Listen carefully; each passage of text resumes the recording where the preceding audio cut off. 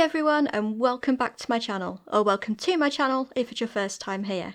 Today I'm going to be making a corset hoodie. As you can probably tell from the strategically placed microphone, I am still dealing with the situation. If you don't know what the situation is, then I do now have a Discord channel where I've mentioned this and also other things to do with what projects I'm working on and funny pictures and memes and videos and all that lovely stuff. So if you feel like joining, the link is going to be in the description. I saw an awesome video recently by Shannon Makes where she made a corset hoodie, and when she posted on social media saying that she wanted to make this a sew along, I jumped at the chance. I, as you know, like my comfortable clothes. I also love my more structured garments like corsets and stuff. It's just, it's nice. It's a bit of a hug. It's a nice feeling. So combining the two just seems perfect for me. I am going to be referring to Shannon's videos. She did one where she was making the actual corset hoodie, and she did another one which has got hints and tips and stuff like that in it as well. I'd recommend watching both of them, they're really good. I've got my fabric. It's a nice soft kind of sweater slash hoodie type fabric. I've also got another fabric for the lining. They have both been pre-washed and are ready to go. I have also printed and taped together my patterns. Shannon recommends using the Gordonia hoodie pattern, which is like a cropped hoodie, and the Briar kind of corset t-shirt pattern. These are both free on Mood. I will put links to them in the description below. Shannon made hers as one that you pull over your head. For me, for various kind of accessibility issues, I tend to prefer hoodies that zip at the front, so I'm going to be making some alterations to allow a zipper to go in. It will mean that I'll lose the kind of crossy over bit at the front of the hood. I might also have to do some binding and stuff. We'll see. Either way, I am really looking forward to making this hoodie. I've not made anything like this before, so it should be a fun little experiment, see if it works. So without further ado, let's get cracking. Right, so I've got all the pieces for the Briar top. This is the corset part. I need to add a 1/2 inch onto this side of the front panel. It says to do it on the fold, but I am adding a zip. One thing that Shannon mentioned in her video was that the sizing for this was slightly off. I have measured it, and this would fit me if I added seam allowance. What I'm wondering is if, because this was supposed to be a top made out of like a jersey material, maybe they were accounting for some stretch. But if I added the like 1/2 inch seam allowance that this is supposed to have, this would be minuscule on me. So yeah, it seems to, from the measurements at least, it seems to be fine if I add my own seam allowance to this. This is the front bit. This is the back, and this is the sleeve.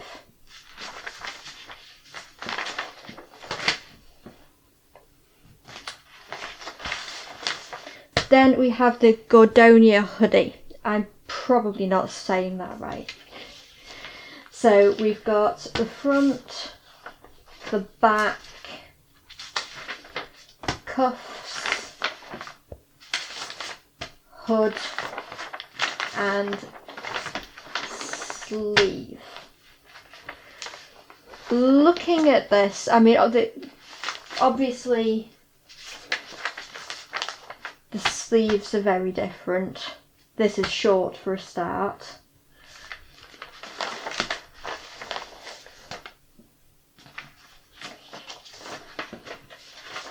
These front pieces are also very, very different.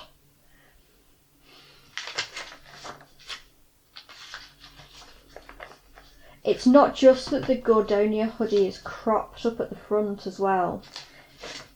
Like, it's completely different. Let's see what Shannon did to try and fix this situation. Then, like I mentioned, joining the two was not quite as simple as simply slapping the torso hoodie part of the Gordonia pattern onto the Briar bottom, because they have very different arms, eyes, and shoulder shaping. So that was definitely an interesting process. And if you're not feeling 100% comfortable in terms of how exactly to add them two together, I could actually recommend an easier way to go about it would be to keep the pattern from the Briar top, keep the arm's eye, keep the sleeve from the Briar top, and just make that sleeve a full-length sleeve. Okay, so I'm thinking in that case, what I'm going to do is I'm going to just use the pattern for the Briar top and lengthen the sleeves.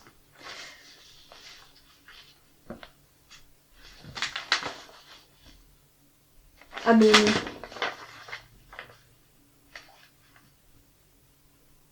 it looks like there's only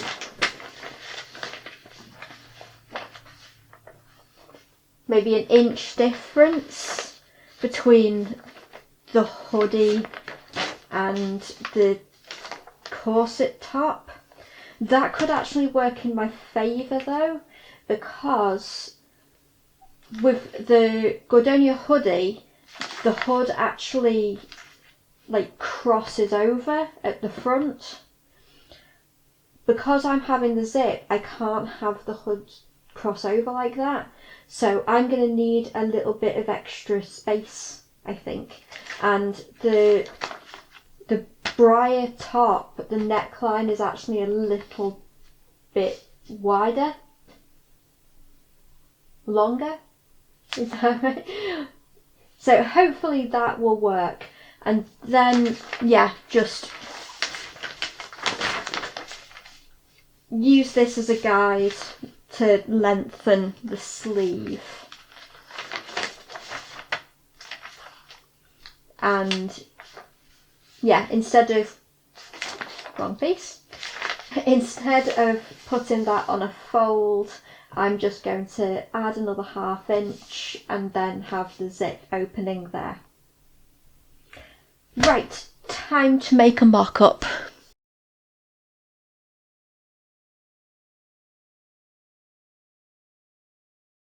This first mock-up was way too tight.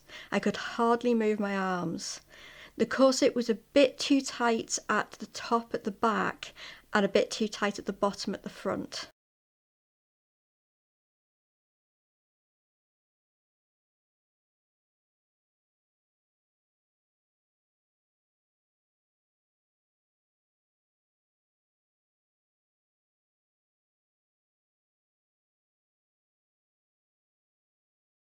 Okay, so obviously that wasn't the best.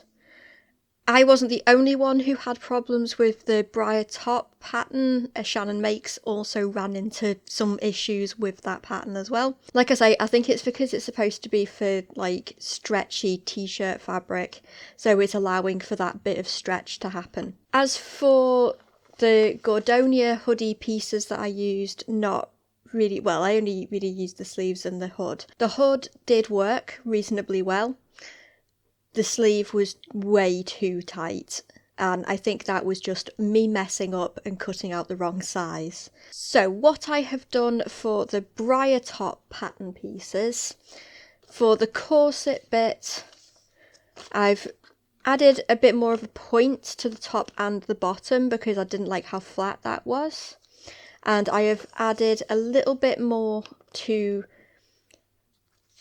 the bottom of the side pieces, just to give me that little bit of belly room. And then the middle one I've kept the same, and then for the back pieces I have added a little bit to the back. So that should work out better now.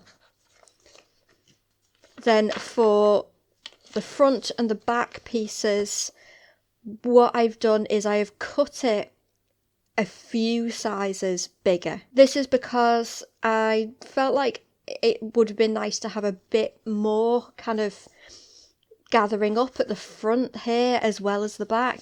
The back just needed a little bit more room across here, so hopefully cutting out this bigger size will give me that. I'm going to be wearing this over the top of like a t-shirt or something, so I want to make sure that I've got enough kind of wiggle room to wear something underneath it. For the actual length of it and stuff, I was reasonably happy with that because it was hitting me at my natural waist. Shannon had mentioned that she added length to hers because it was a bit short, but luckily for me, because I am very short-waisted, it ended up fitting really, really nicely. And it reminded me of this hoodie jacket thing that I found in a charity shop that I really like the shape of. I might think about remaking this in black at some point. Right, I need to do another mock-up. Oh, I forgot about the sleeve.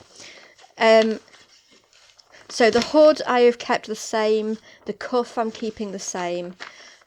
The sleeve, what I did was I overlaid the Gordonia sleeve pattern onto the Briar sleeve pattern and then just added some bits at the sides, and fingers crossed this will work now. I did think it was going to fit originally because when I measured this, it was the same as like what I'd measured for the arm side of the original one of these, but yeah, it wasn't happening, and I need that extra room. Right, now it's time to make another mock-up.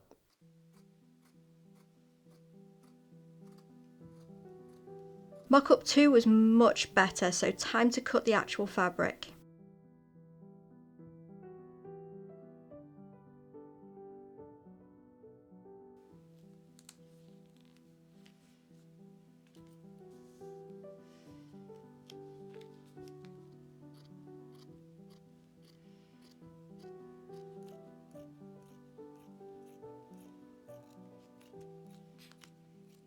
I started by constructing the corset part out of the fashion fabric and lining.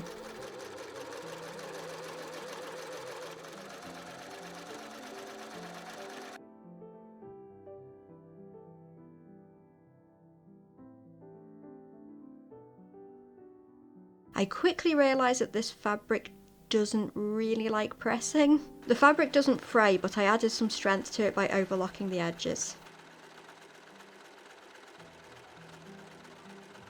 I added gathering stitches to the top front bits by hand. I did do them by machine at first, but the fabric is a bit too thick for that, so it didn't work. The corset parts were then added to the top.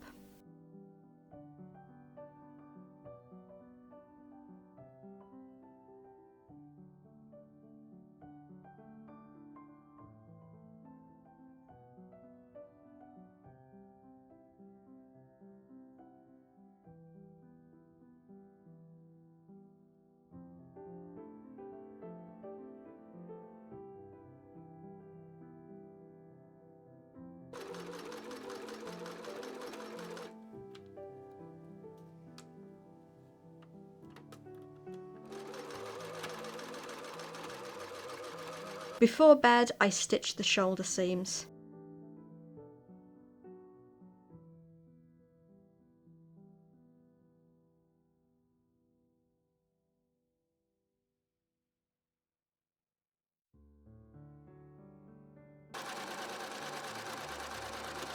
Next day, I attached the sleeves. I think this way of doing them flat is so much easier.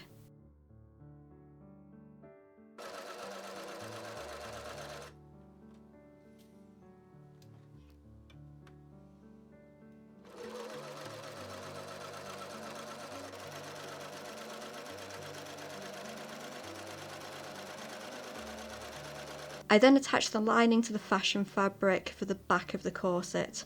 This was a little bit fiddly, but I figured it out.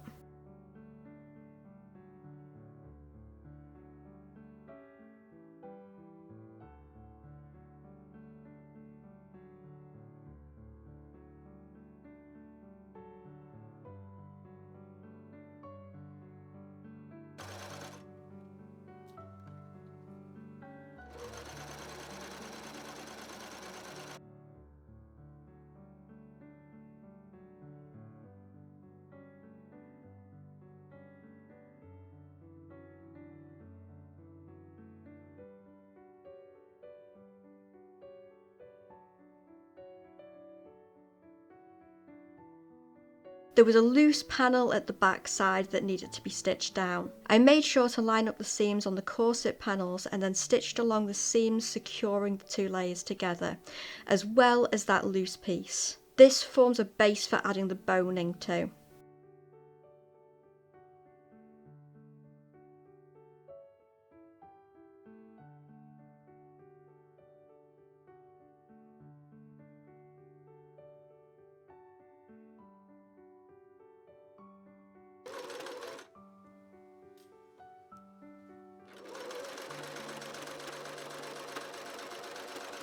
I stitched the cuffs as well as assembling the hood.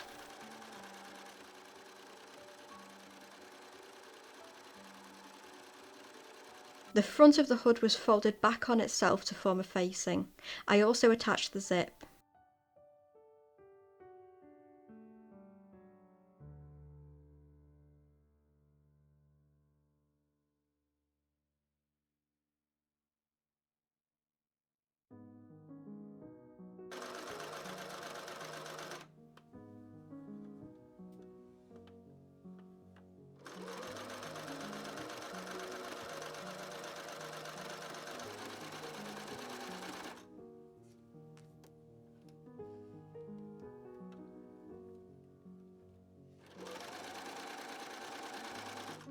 I used industrial zip ties for the boning, cutting them to size and rounding the ends so they weren't spiky.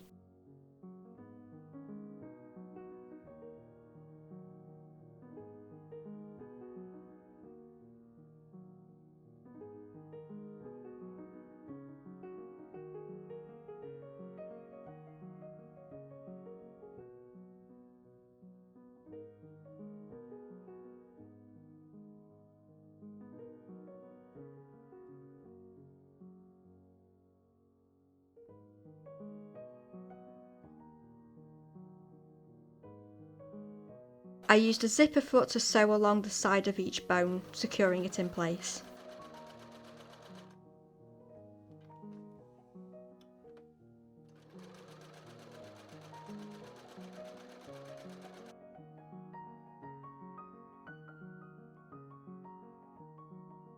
Next, I added some binding to the bottom.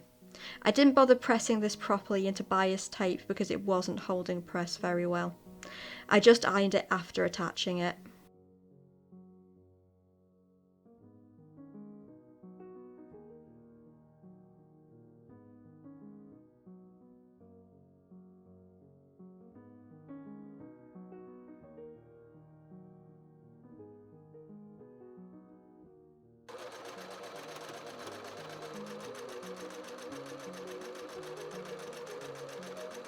I added eyelets to the back panel and used elastic to tie it shut. This way, if my belly's playing up, it'll stretch with it.